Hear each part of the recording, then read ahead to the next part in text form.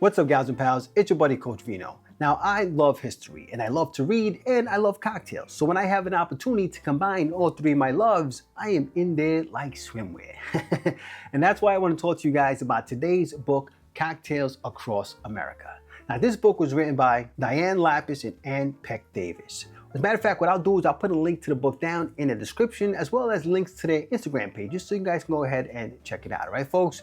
Anyway, what I really love about this book is that it's a bit of a time capsule. And what they do is they travel across America from coast to coast during the vintage heydays of America using postcards and cocktails. I mean, it is a fun trip around the United States, and it's, you know, the photos of these really great old postcards, and the cocktails are all these classic vintage cocktails, and it's done by region and stuff like that. It's a really fun concept and a really great read. And what I'm gonna do is I'm gonna make a cocktail from this book today. And that book cocktail is called the Cabaret cocktail.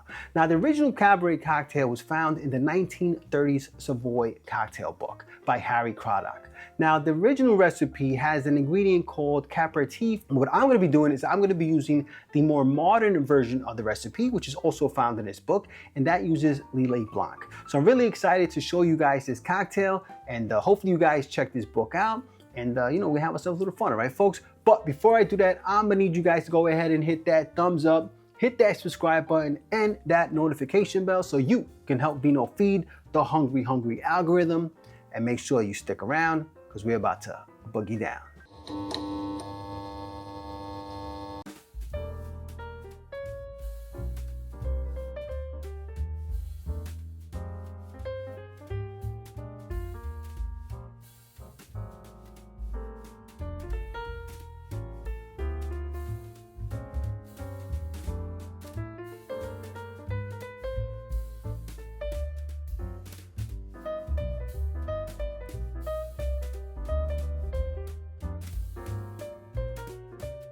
All right, so let's go ahead and give the Cabaret cocktail a sippy sip.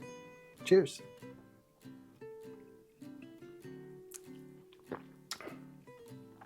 That's beautiful, guys.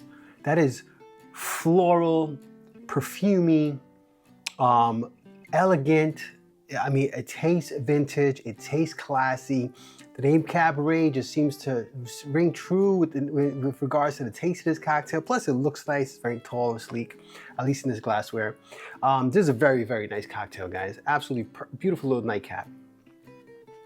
You know, it's not a super high ABV cocktail, obviously, because it's only 1 ounce of gin, and then you have the aromatized wine, and you have the liqueur, and just, you know, the Ango and the Absinthe. So it's a very low proof cocktail, even though I did use a higher proof gin, just to help balance things out a little bit for my personal preference.